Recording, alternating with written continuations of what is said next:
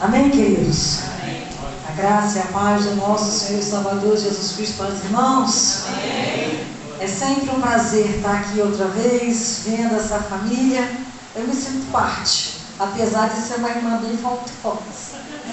Mas eu me sinto parte dessa família, sempre fui muito bem acolhida aqui e agradeço ao Senhor por isso. Amém? Quero parabenizar o Círculo de Oração por mais um ano que o Senhor concedeu a vocês, apesar das grandes lutas, mas o Senhor deu vitória, tão de pé e estão celebrando essa vitória hoje em nome de Jesus. Amém? Amém? Parabéns às irmãs, a igreja está bonita, as irmãs estão bonitas. Eu falei com a esposa do pastor que eu não sabia, mas o Senhor me fez vir a caráter. Estou de branco e azul também, irmãs, hein? Olha como é que Deus faz as coisas. Louvado seja o nome do Senhor. Antes de nós pregarmos, eu estava ali, está um louvor queimando no meu coração. Eu não sou cantora, mas se a igreja me ajudar, vai ficar bonito. Amém? Amém. Porque está mesmo, mas esse louvor Deus mandou cantar para o Círculo de Oração. E antes de cantarmos, a pergunta é: tem servo bom e fiel aqui hoje? Então, se é servo bom e fiel, condenação não há para você. Amém. Amém. Amém. É assim, ó. De todas as provas que eu já passei, é bem difícil, Senhor, a gente ter que ouvir. Bem quentinho. É para poder os irmãos fazerem dessa louvor uma oração. Amém? Lembranças do passado vem.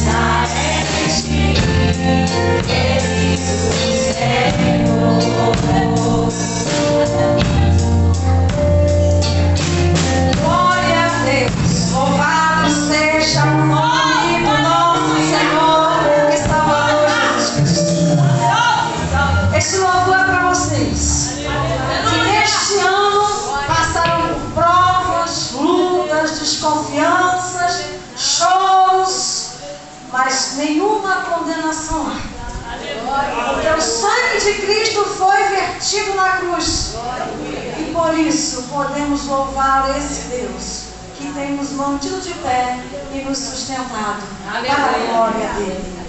Amém, queridos? Amém. Eu agradeço mais uma vez estar aqui com os irmãos. Sem delongas, vamos à palavra. Marcos 13, 23. Louvado seja o nome do nosso Senhor e Salvador Jesus Cristo. Em tempos, amados, tão difíceis que estamos vivendo, país polarizado, a falta de amor, Jesus diz que o amor ia se esfriar e quando ele voltasse, ele queria saber se iria achar amor, fé na terra. Louvado seja. Ai, que bom, olha, nem precisa do óculos. Aleluia. E verdadeiramente não podia ser mais atual um tema que Deus trouxe ao coração de vocês, um assunto de extrema importância, onde a contaminação já chegou de maneira tal que se fala sobre tudo, mas pouco se fala do retorno de Jesus. Estamos ocupados com tantas coisas, tentando resolver tantas coisas, chorando por tantas outras coisas, e tudo isso tem tirado o nosso foco verdadeiramente daquele que prometeu que iria, mas voltaria para nos buscar. Aleluia. Amém, queridos? Amém. Antes de lermos o texto, falamos aqui sobre alguns louvores, as irmãs fizeram aqui, como é que vocês fizeram? O jogral, falando a respeito da volta de Cristo, mas a pergunta que não quer calar é: verdadeiramente eu acredito que Jesus vai voltar? Há 2000 anos se fala da volta de Cristo. E até agora nada aconteceu, pastor. O tempo dele. Jesus volta mesmo, igreja? Amém. Amém? Porque vocês creem nisso. Mas muitos já deixaram de crer. Porque as afrontas, as aflições, as lutas, as compras, o que me faz ou me dá a condição de melhor fazer, já me tirou do foco de Jesus. Muitas pessoas estão vendo a vida, muitas vezes, que estava num patamar passar para outro, e frente a isso, começaram a descrer. E é por isso que eu pergunto a vocês, de verdadeiramente vocês creem que Jesus vai voltar? Aleluia. Se há 2000 anos vem se falando desse retorno e nada aconteceu. E é sobre isso, verdadeiramente, nós vamos falar nessa noite. Marcos 13, 23 diz assim: mas a vós vede, eis que de antemão vos tenho dito tudo. A minha versão está diferente. Estai vós de sobreaviso, tudo vos tenho predito. Eu preferi a minha versão. Pode tomar assento em nome de Jesus. Aleluia. Estai vós de sobreaviso, tudo vos tenho predito. Ele diz assim: mas vós vede, eis que de antemão vos tenho dito tudo. Agora a pergunta para a igreja é: para quem foi que Jesus falou tudo? Alguém leu o texto do tema da pregação de hoje? Sim ou não, igreja? Alguém leu? Jesus! Cadê a Bíblia desse povo? Está guardado no armário ou vocês estão fazendo uso dela? Desperta, crente! Desperta, acorda e anda, porque aqui não é lugar para o seu descanso, não. Tu está em terra inimiga e é peregrino aqui dentro. E só não é tocado porque existe aquele que é maior do que está no mundo, que guarda você. E ele tem que deixar você passar sem tocar, porque o guarda de Israel é valente. E só toca se ele permitir. Amém? Tem crente aqui? Glória! Queridos, o Senhor falou isso para os seus discípulos. O Senhor não falou isso para o mundo. O Senhor falou com aqueles que tinham intimidade com Ele, andavam com Ele, e Ele disse: vós não sois os meus servos, porque os servos não sabem o que faz o seu Senhor. Vós sois meus amigos, porque amigos compartilham intimidades. É verdade ou mentira? Você conta a sua vida para o estranho? Ou você compartilha com o seu amigo, com aquele que você confia? Então já começamos no princípio que o Senhor, Ele antes mesmo de fazer alguma coisa, Ele fala aos seus amigos. Comprovamos isso em Amós 3,7. Bota para mim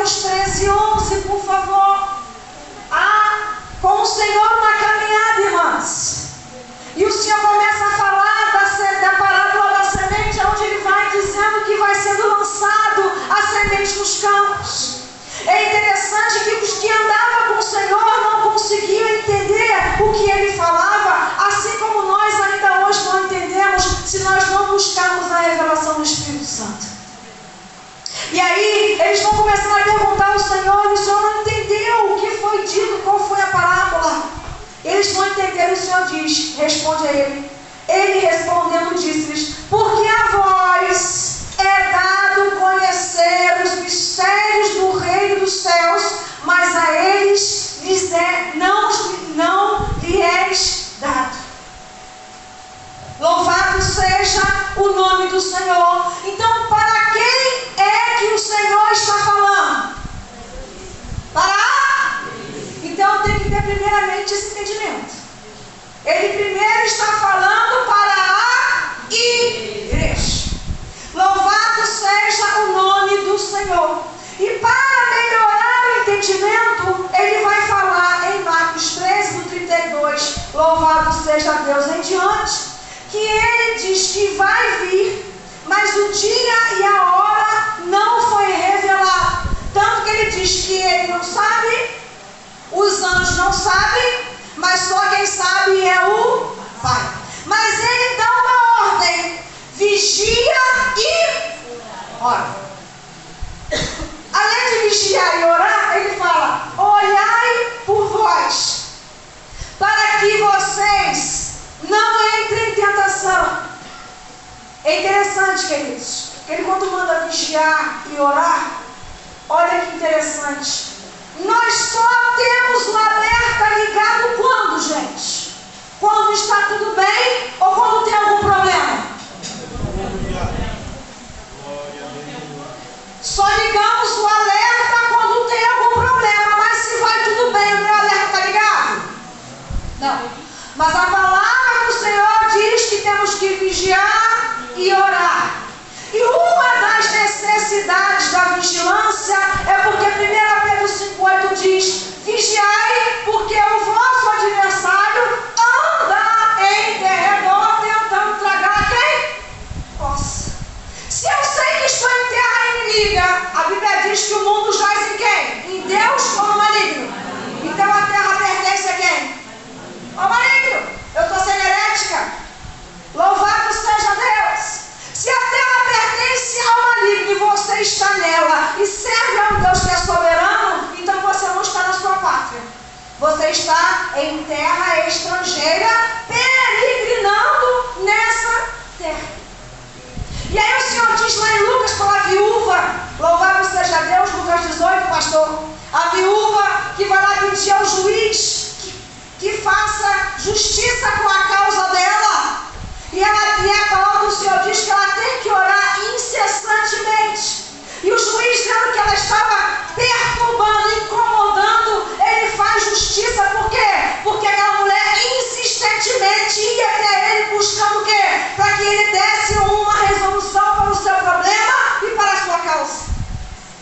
E a pergunta é: o que é que nós estamos fazendo com a Bíblia debaixo do travesseiro, em cima da cômoda, e não estamos usando ela? Porque por vezes eu tenho necessidade de justiça, mas a pergunta é: quem pode fazer justiça para mim? O homem. A Bíblia diz que a justiça do homem é cravo de imundo. O juiz vai fazer, aleluia, justiça para mim? Não. A palavra do Senhor diz que quem vai fazer justiça a você é Deus, mas é o céu que clama a Ele dia e noite. Que a resolução dos seus problemas verdadeiramente tem que fazer calo no joelho.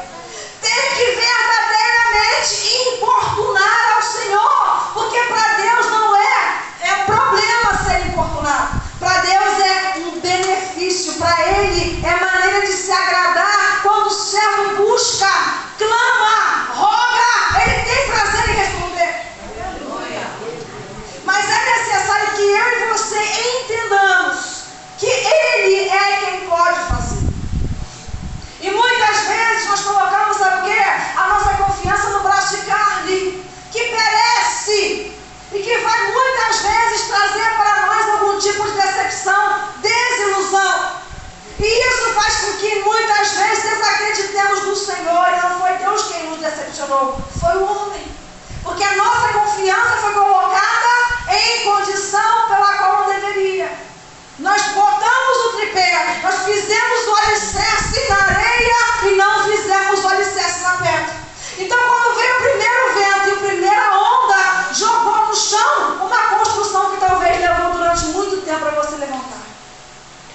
Louvado seja o nome do Senhor. Quando ele fala de vigilância, nós vamos lá em Marcos 14.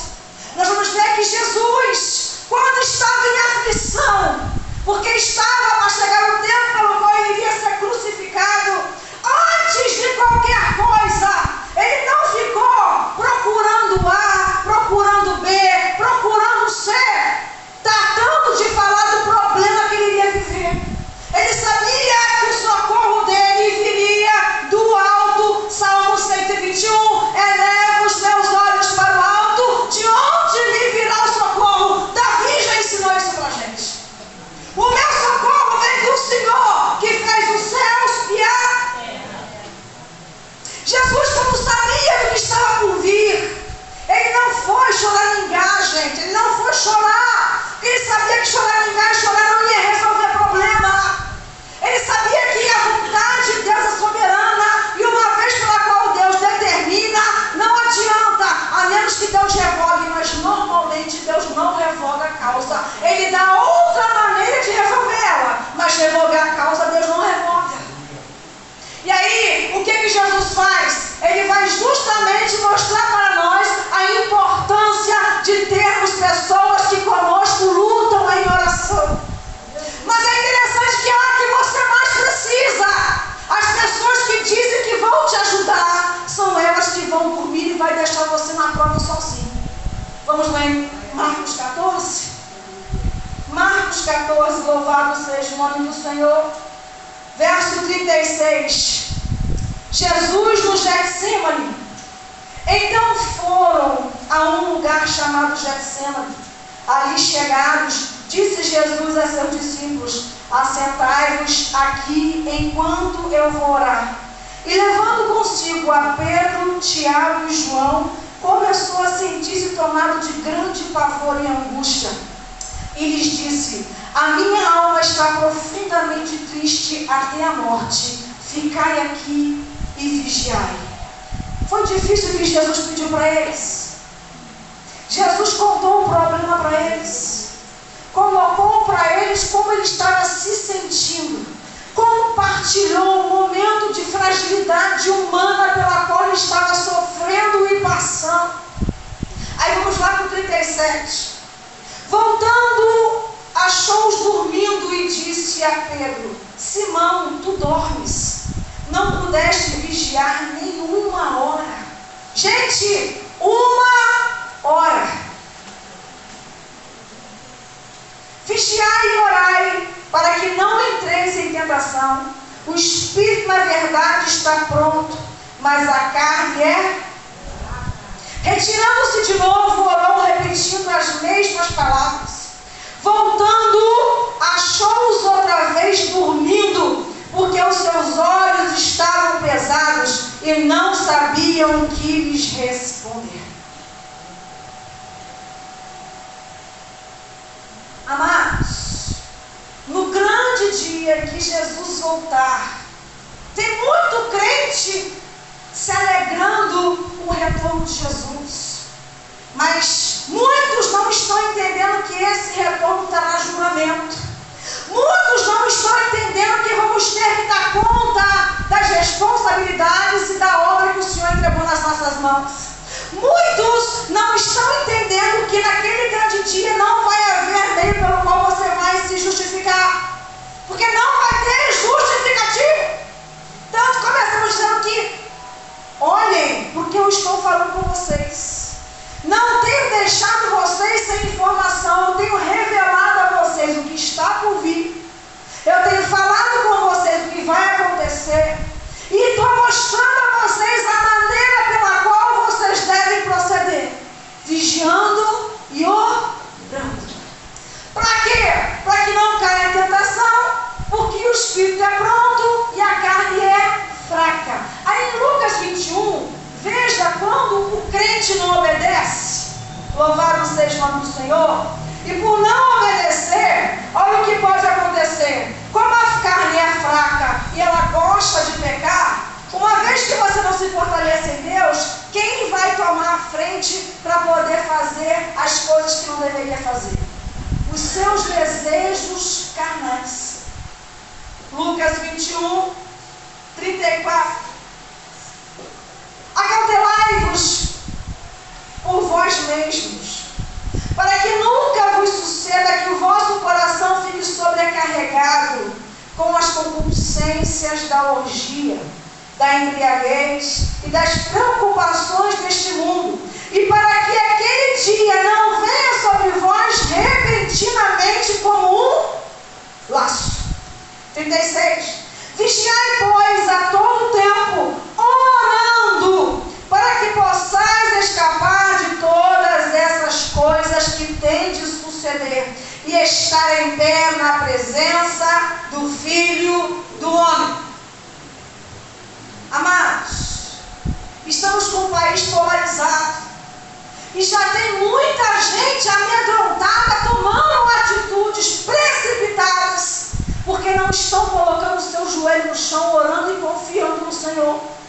Outro motivo é não usar a Bíblia, que por muitos verteram seu sangue para chegar até as nossas mãos, e hoje temos ainda a liberdade de levá-las conosco e podemos pegar as informações que o Senhor quer nos dar. As pessoas muitas vezes estão dentro dessa condição, por quê? Porque não estão ouvindo. Aí, eu vou até Ezequiel, o Senhor fala assim: Ezequiel, eu vou te mandar, Ezequiel 3 e Ezequiel 33. Eu vou te mandar a um povo que é de língua sua, é sua pátria. Mas o povo pelo qual eu vou te mandar, Ezequiel, é de dura cerviz. Tem olhos, mas não vê, tem ouvidos, mas não ouve, tem mão, mas não apalpa. Ou seja, o Senhor está falando de um povo que está igualmente aos ídolos. Salmo 115. Aqueles que adoram e idolatram se tornam iguais aos ídolos que eles idolatram. Louvado seja Deus. É tempo, queridos, nós começarmos a deixarmos de sermos crentes, meninos.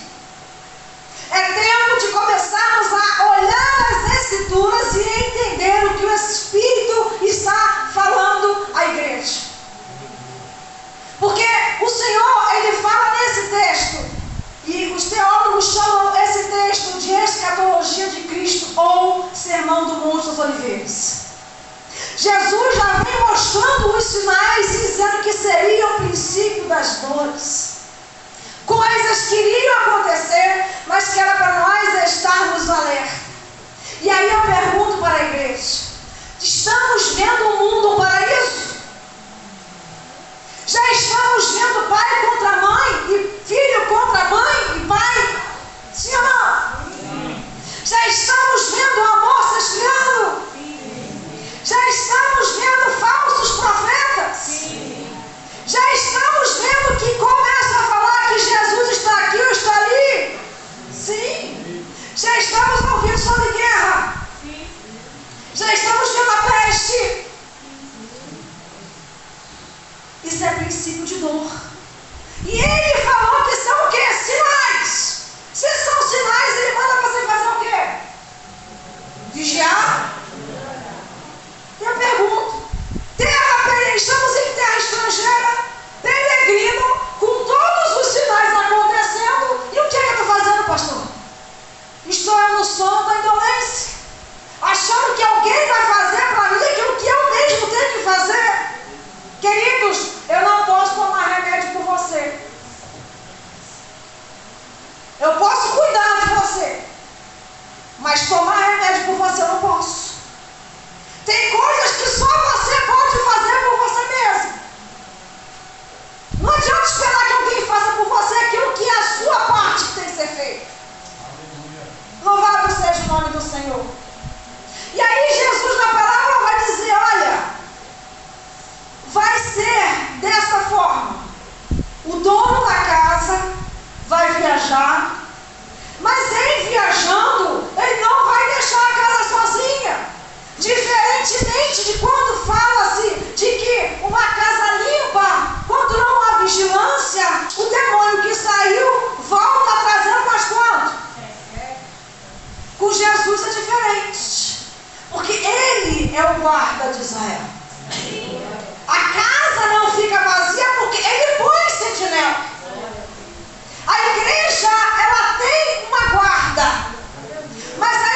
igreja não deixou o Senhor a ordem de ficar sentada, fazendo fofoca, olhando para a vida dos outros e criticando o dom que Deus deu ao outro, não. Deus mandou a igreja ser militante, não política, mas no reino de Deus. Foi isso que Deus mandou fazer. E o Senhor, Ele deixou 2 talentos, deu poder e deu autoridade para você expulsar demônios, curar enfermo, até levantar morto. E Ele disse, o dom vai, mas Ele não deu data de volta. Ele não disse dia, Ele não disse hora, mas Ele vai voltar. Quando vai ser esse retorno? Aí Ele disse, vigia e ora, para que aquele dia não venha repentinamente e seja um laço para a sua vida, como lemos em Lucas. Vigia e ora para que você, no retorno do dono da casa, você não esteja dormindo. Mas o dormir é literal, não. Ele fala de sono espiritual, pessoas que não estão mais vivendo espiritualmente. Pessoas que estão abrindo mão de viver uma vida e uma relação com Cristo para viver uma vida farisaica, religiosa, onde não se ama, mas se condena. Estou mentindo, pastor? Estou mentindo no círculo de oração? Queridos, o círculo de oração, segundo o pastor da igreja, é a minha interpretação. Porque o pastor, a igreja procura fazer gabinete. E ali derrama os problemas sobre ele, achando muitas vezes que ele vai resolver. Muita coisa está na alçada dele, mas muita coisa não, que ele pode fazer te aconselhar. Cabe a você entender se valeu a pena o conselho ou não. E o círculo de oração é o segundo gabinete da igreja. Porque todo mundo que chega com problema conta para quem? Para as irmãs de orar. Para as irmãs de oração orar. E a pergunta é, elas podem resolver o seu problema? Não. Elas podem orar com você. Que nós não venhamos a repetir o erro dos discípulos. Que quando Jesus pediu ajuda para poder ali com ele vigiar, orar pelo momento pelo qual ele estava atravessando, ao invés de ajudar, os discípulos dormiram. A carne estava tão fraca, espiritualmente estavam dormindo, que não conseguiram se manter acordados. E isso acontece porque o problema dela não é meu. E aí eu acho interessante que nós nos tratamos como família. É minha irmã, é meu irmão. Mas quando é irmão de sangue, você move céu e terra. Mas quando eu sou irmão da igreja, uma outra hora eu faço, quando eu puder e quando eu tiver tempo. Que família é essa? Que tratamento de irmão é este? Louvado seja o nome do nosso Senhor e Salvador Jesus Cristo. Queridos, estamos passando dias muito difíceis. Muito difíceis. Louvado seja o nome do Senhor. Mas o Senhor já nos deixou um aviso. Ore para que justiça seja feita. Mas Ele não fala de orar 5 minutos. Ele não fala de você chegar na sua cama, Senhor, obrigado pelo dia, boa noite, vou dormir. Porque Deus é Deus de relacionamento. E por ser um Deus de relacionamento, Deus ele gosta de palestrar e conversar com os seus servos. Porque é que eu coloco nas costas do ciclo de oração uma coisa que eu posso fazer quando Jesus me ensinou aqui. Quando eu estiver precisando, eu vou para onde, pastor? Eu vou para o monte? Foi isso que a Bíblia mandou aí? É, gente, vai para o monte? Vai para a igreja? Deus chamou a gente por quê? Para o quarto, não é lugar de intimidade, não é lugar de particularidade, sim ou não? É só eu que faço isso. Então Deus nos chamou para a particularidade. Deus nos chamou para poder palestrar conosco. Deus nos chamou para poder fazer segundo aquilo que Ele vai nos dizer, queridos. Mas o mais interessante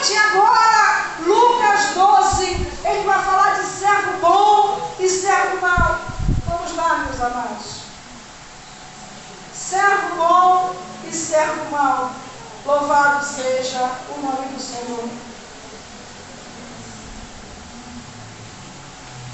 Lucas 12:43, ele vai dar duas vertentes aqui agora. Bem-aventurado, feliz, aquele servo a quem seu Senhor, quando vier, achar fazendo assim. Verdadeiramente vos digo que lhes confiará todos os seus bens.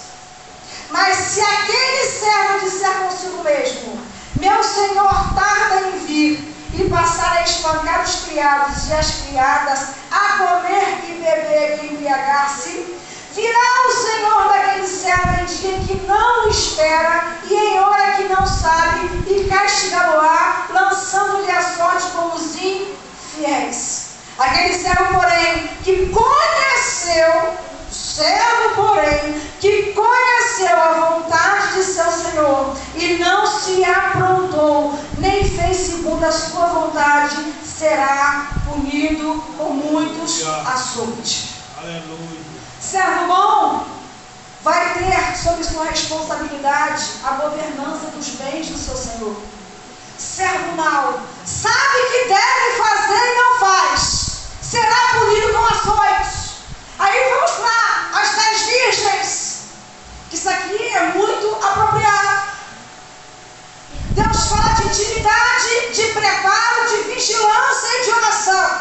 Qual é o trabalho das virgens? Quem é que são as prudentes? Aleluia. A igreja, entendeu, gente? Glória. Quando eu falo das 10 virgens, quem são as 5 prudentes? Aleluia. Quem obedece. Tem ouvido e ouve, tem olho e vê, tem mão e apalpa. Aleluia. Está vivo! E quem são as loucas? Quem faz o trivial? Ah, o pastor mandou que eu fosse na casa da irmã Maria orar. Mas ela só vai porque o pastor mandou. Porque se o pastor tivesse mandado, não ia. Aleluia. Não é assim? Ah, mas a igreja, o pessoal que aqui vai lá no hospital. Você só vai porque o grupo da igreja vai, porque você não vai.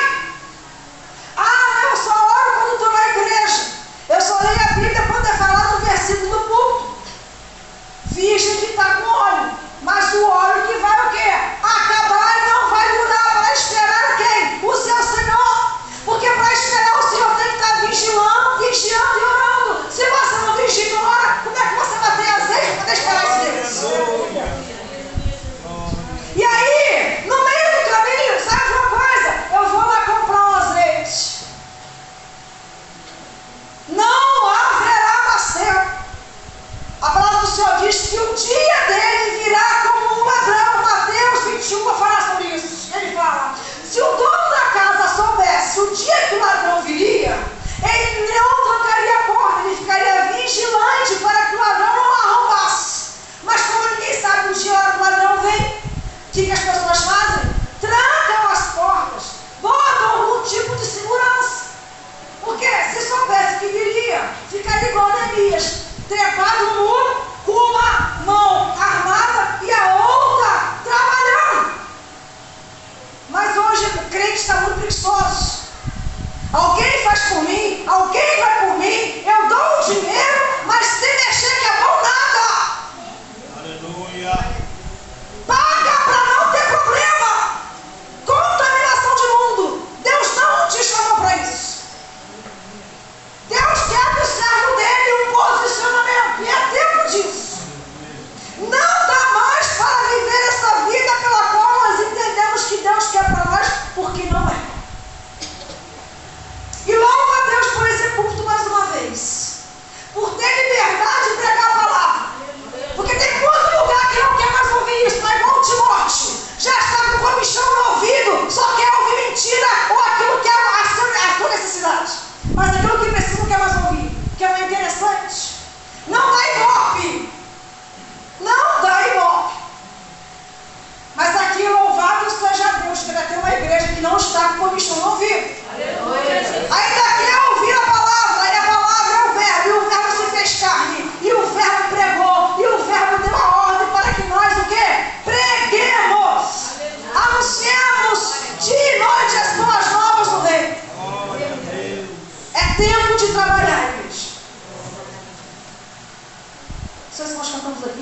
orai.